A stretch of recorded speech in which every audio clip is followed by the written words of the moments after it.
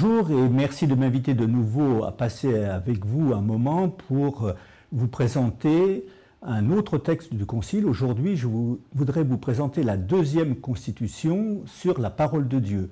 Donc, les deux premiers mots latins, Dei Verbum, la parole de Dieu, c'est le texte le plus important, le plus fondamental, le plus discuté au Concile.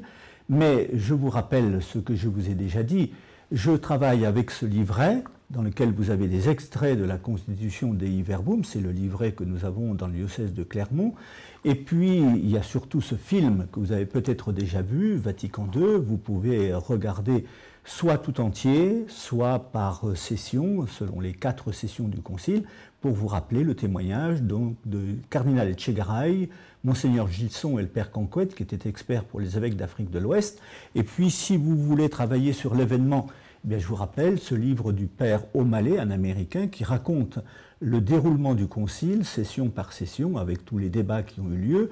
Et puis pour ma part, pour vous présenter ce texte sur Dei Verbum, je travaille avec ce volume dans la collection Unam Sanctam qui nous refait l'historique des débats. Alors, je rappelle, cette constitution, donc la plus importante, la plus débattue à l'intérieur du Concile lui-même, qui a occupé les pères pendant presque la totalité du Concile. Et je souligne de nouveau que pour les pères, le Concile est d'abord une expérience d'universalité de l'Église, mais aussi d'intériorisation, parce que chaque matin, eh bien, après l'Eucharistie, la parole de Dieu était intronisée, elle était placée sur un trône, on plaçait les Saintes Écritures sur un trône pour bien montrer que c'est le Christ lui-même qui présidait le Concile. Et les pères ont fait cette expérience de se placer sous la parole de Dieu. Alors dans cette première vidéo, je voudrais vous retracer la problématique générale. Autrement dit, la parole de Dieu, nous pouvons l'étudier comme un objet d'étude, nous lui posons des questions, nous nous posons des questions à son sujet. Et pour expliquer pourquoi il y a eu de grands débats autour du Concile, je voudrais vous donner la problématique générale. On partait autour de cette question. Y a-t-il une seule source ou deux sources de la révélation? C'est-à-dire l'opposition entre l'écriture d'un côté, vous savez que c'était surtout souligné par nos frères protestants, et la tradition qui était soulignée par le côté catholique. Et depuis la Réforme, il y avait cette opposition. Et lorsque le Concile s'est ouvert, eh bien, on pensait qu'il fallait résoudre cette question. Et pour bien entrer dans cette problématique, je vais me permettre de faire très rapidement, alors vous me pardonnerez, c'est très schématique, un peu d'histoire. Au départ, il y a la prédication des apôtres, par exemple Saint Paul, et Saint Paul parle, et en même temps il écrit des lettres à ses communautés, donc il n'y a pas de division entre la tradition et l'écriture, puisque les deux sont en train de s'élaborer en même temps. Et je prends ici un vitrail qui est bien connu à Clermont-Ferrand, je vous ai transmis ce que j'ai moi-même reçu. Voilà, ça c'est le début de la mise en place de la tradition apostolique. Et puis ensuite au Moyen-Âge, eh bien, vous savez comment peu de gens savaient lire, c'était le visuel qui primait, surtout la sculpture, la peinture. Alors ici, je vous ai mis les chapiteaux Notre-Dame-du-Port ou Saint-Nectaire, et puis les Clermontois connaissent bien ce bas-relief qui est dans la rue des Gras, où on représente la scène du lavement des pieds. Alors, en même temps qu'il y avait la tradition qui venait de l'Ancien Testament, du Nouveau Testament, mais nos ancêtres au Moyen-Âge ne s'embarrassaient pas, ils prenaient aussi éventuellement quelques traditions venues des auteurs païens. Par exemple, ici, pour illustrer cela, eh bien, j'ai mis les signes du zodiaque à Issoire. Donc, ça ne faisait qu'un, la parole et le visuel ne faisaient qu'un. Et puis, un jour est arrivée une invention nouvelle, autour de 1450, après qu'on ait transmis l'écriture de façon manuscrite, vous voyez, ce moine copiste, et j'arrive au Moyen-Âge où on a une invention tout à fait considérable qui va être l'imprimerie, les caractères mobiles qui vont permettre d'écrire des livres, donc Gutenberg, autour de 1450 avec cet atelier d'imprimerie, et puis, vous voyez, va apparaître la Bible du Gutenberg qui va permettre une grande diffusion de l'écriture.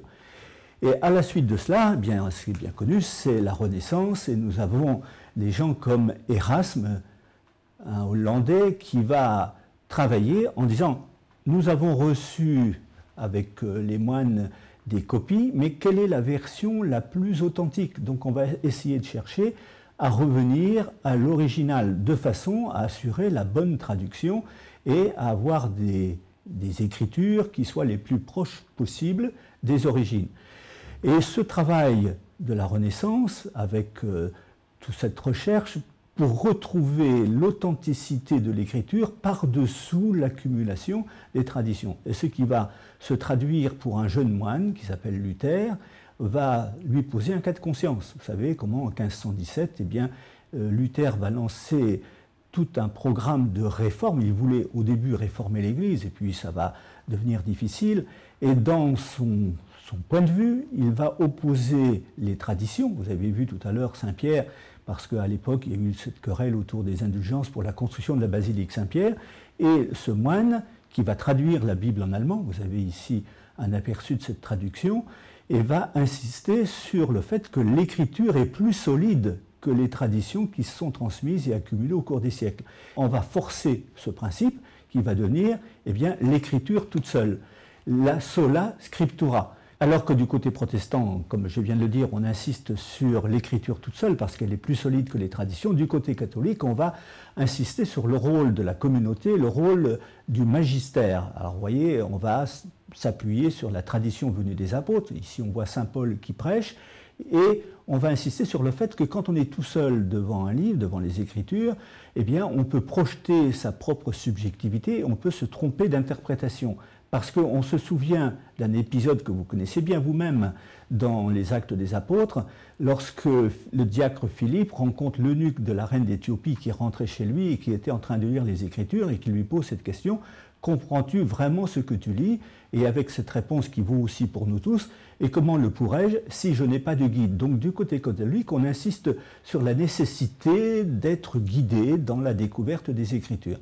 Et c'est comme ça qu'au milieu du XVIe siècle, au Concile de Trente, alors un concile qui s'est réuni sur plusieurs années, dans cette ville de Trente, vous voyez, qui est au nord de l'Italie, vous avez la carte, et qui aura réuni au maximum 200 évêques, eh bien on va se prononcer sur cette articulation entre l'écriture et la tradition. Et ici, vous avez un décret du Concile de Trente, voyant clairement que cette vérité et cette règle sont contenues dans les livres écrits et dans les traditions non écrites, qui, reçues par les apôtres de la bouche même du Christ, ou transmises comme de main en main par les apôtres, sous la dictée de l'Esprit Saint, sont parvenues jusqu'à nous. Le Saint Concile, voilà, insiste qu'il tient avec le même sentiment de piété et de respect tous les livres de l'Ancien que du Nouveau Testament, puisque Dieu est l'auteur de l'un et de l'autre, ainsi que les traditions concernant soit la foi, soit les mœurs. Donc vous voyez, on veut tenir ensemble l'écriture, mais pas l'écriture toute seule, l'écriture, la tradition, et la tradition garantie par le magistère. Alors, à partir de là, à partir du XVIe siècle, malheureusement, il va y avoir les guerres de religion, et il y a deux sensibilités, deux cultures qui vont se mettre en parallèle. D'un côté, la tradition protestante, assez austère, vous voyez ici l'image d'un temple, et de l'autre côté, la contre-réforme catholique, avec, par exemple, cette église baroque, donc tout le caractère exubérant de cette tradition, et tout ce développement va se faire jusqu'au moment où va arriver un nouveau venu, qui est la science historique. Et ici, je vous ai proposé un portrait de Ernest Renan qui va écrire une vie de Jésus en mettant en question aussi bien l'autorité de l'écriture que l'autorité de la tradition. Et ça va être un grand débat dans l'histoire de l'Église, je ne peux pas le développer, c'est la grande crise du modernisme, comment l'écriture est mise en question, et le pape Pie X, par exemple, va insister sur le rôle nécessaire du magistère, de la tradition vivante aujourd'hui, et du côté catholique, on va développer une réponse, c'est le travail des exégètes. Ici, vous avez une photo du père Lagrange qui va créer l'école biblique de Jérusalem, c'est-à-dire, eh bien, les exégètes vont se mettre sur le terrain même de la science en essayant de comprendre eh bien, comment les Écritures se sont constituées.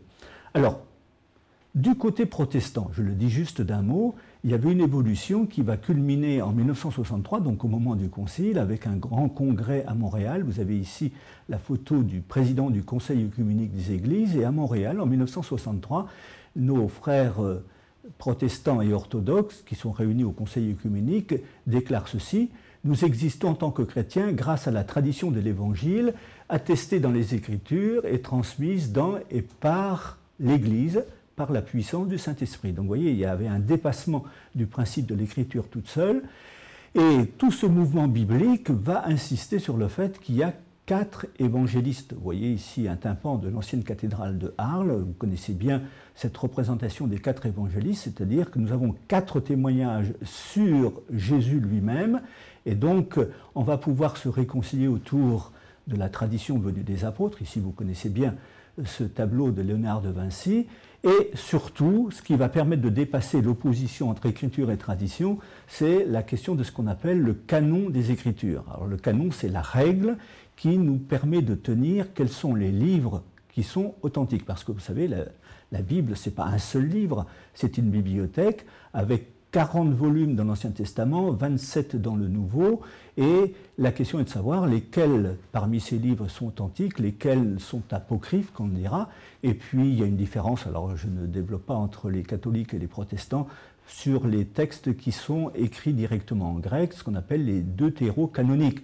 Voilà, donc lorsque le concile se réunit, je vais y venir maintenant dans la deuxième vidéo, nous avons comme une sorte de dépassement de l'opposition qui s'était créée au XVIe siècle entre écriture d'un côté et tradition de l'autre, et on va voir quelle est l'interpénétration, si je puis dire, entre écriture et tradition telle que le concile va nous la proposer.